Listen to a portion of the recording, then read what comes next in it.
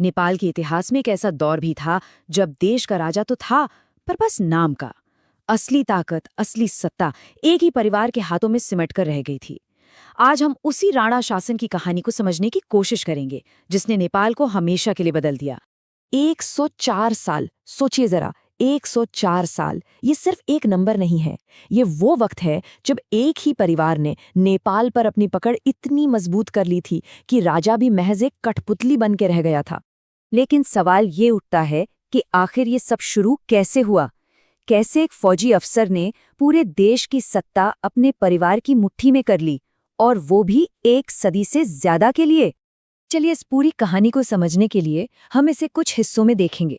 शुरुआत होगी एक खूनी रात से, फिर जानेंगे उनके शासन के अनोखे तरीके के बारे में, अंग्रेजों से उनकी दोस्ती को समझेंगे, उनके दौर के दोहरे चेहरे को देखेंगे, और आखिर में उनके पतन की कहानी पर नजर डालेंगे। हर बड़ी कहानी की एक शुरुआत होती है ना? लेकिन राणा शासन की कहानी, इसकी नींव तो खून से रखी गई थी, एक ऐसी रात में जिसे नेपाल का इतिहास आज भी कोट पर्व के नाम से याद करता है। तारीख थी 14 सितंबर 1846। जंग बहादुर कुंवर एक बहुत ही चतुर और महत्वाकांक्षी सैन्य अधिकारी थे। उन्होंने अपने सभी राजनीतिक विरोधियों को महल के आंगन यानी कोर्ट में एक जरूरी सभा के लिए बुलाया। लेकिन वो कोई सभा नहीं थी, वो एक जाल था। उस रात महल का वो आंगन एक कत्लगाह में बदल गया, और एक ही रात में लगभग 400 दरबारियों, मंत्रियों और अधिकारियों को मौत के घाट उतार दिया गया। इस हत्याकांड के बाद काठमांडू में जंग बहादुर को चुनौती देने वाला कोई नहीं बचा था।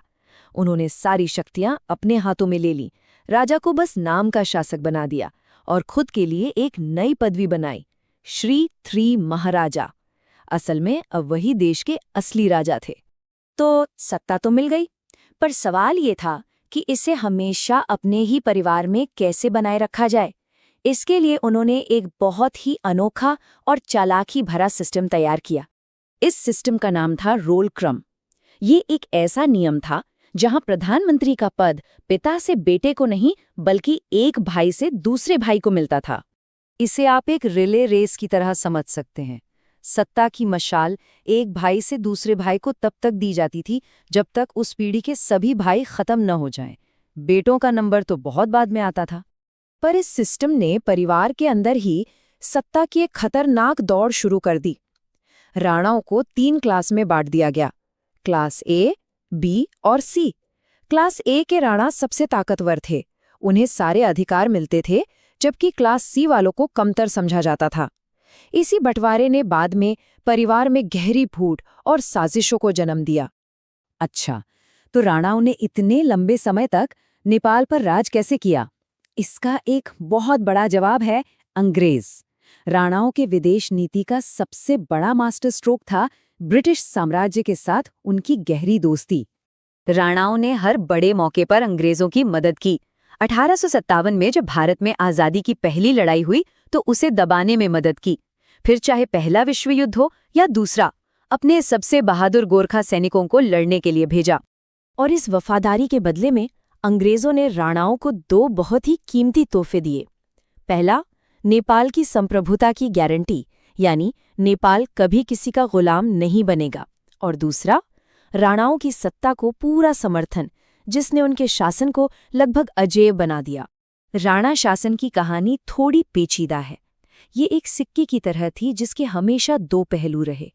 एक तरफ कुछ ऐसे सुधार हुए जो उस समय के लिए बहुत बड़े थे, तो दूसरी तरफ एक ऐसी तानाशाही थी जो किसी की आवाज नहीं सुनती थी। जरा यहाँ देखिए, एक तरफ उन्होंने सती प्रथा और दास प्रथा जैसी भयानक कुरीतियों को खत्म किया, एशिया का सबसे बड़ा महल सिंह दरबार बनवाया और देश में पहली बार बिजली और रेलवे की शुरुआत की। लेकिन दूसरी तरफ ये एक पारिवारिक तानाशाही थी जहां जनता की आवाज को बेरहमी से कुचल दिया जाता था और नेपाल को पूरी दुनिया से लगभग काट कर रखा गया था। लेकिन कहते हैं ना, हर ताकतवर साम्राज्य का अंत जरूर होता है। तो 104 साल तक मजबूती से खड़े शासन के स्तंभ आखिर एक एक करके कैसे ढह गए? इसकी शुरुआत हुई 1947 में, जब भारत आज़ाद हुआ और राणाओं ने अपना सबसे बड़ा सहारा यानी अंग्रेजों को खो दिया। 1950 तक नेपाली कांग्रेस पार्टी के नेतृत्व में लोकतंत्र के लिए पूरे देश में आंदोलन फैल चुका था। फिर उसी साल एक बहुत बड़ी घटना हुई। राजा त्रिभुवन, जो अब तक एक कैदी की तरह थे, वो राणाओं के चंगुल से भागकर भारतीय दूतावास पहुंच गए। इससे क्रांति को एक शाही चेहरा मिल गया और आखिर में 1951 का दिल्ली समझौता वो ताबूत में आखिरी कील साबित हुआ। और इसी के साथ एक लंबे, ऐतिहासिक और हाँ, काफी विवादित युग का अंत हुआ। नेपाल के लिए यह एक नई सुबह की शुरुआत थी। 7 फरवरी 1951 ये वो तारीख थी जब आखिरी राणा प्रधानमंत्री मोहन शमशेर को जनता और राजा की ताकत के आगे झुकना पड़ा और सत्ता छोड़ने के लिए मजबूर होना पड़ा। 104 साल के इस वंशानुगत पारिवारिक शासन का अंत हुआ और नेपाल ने प्रजातंत्र यानी लोकतंत्र की दिशा में अपना पहला कदम बढ़ाया। तो आखिर में राणा शासन की विरासत क्या है? शायद इसका सबसे सही सार यही है कि राणाओं ने नेपाल की सीमाओं को तो हमेशा सुरक्षित रखा और उसे कभी किसी का उपनिवेश नहीं बनने दिया, लेकिन इसकी एक बड़ी कीमत चुकानी पड़ी। देश बाकी दुनिया से पूरी तरह कट गया। तो अंत में ये सवाल आपके सोचने के लिए है, क्या राणा शासक नेपाल के रक्षक थे जिन्होंने देश को बचाया, या वो शोषक थे? अगर आपको ये इतिहास से जुड़ा वीडियो पसंद आया हो तो अभी लाइक को करें, हमारे चैनल को सब्सक्राइब करें और ऐसे ही ऐतिहासिक वीडियो देखने के लिए हमारे साथ जुड़े रहें।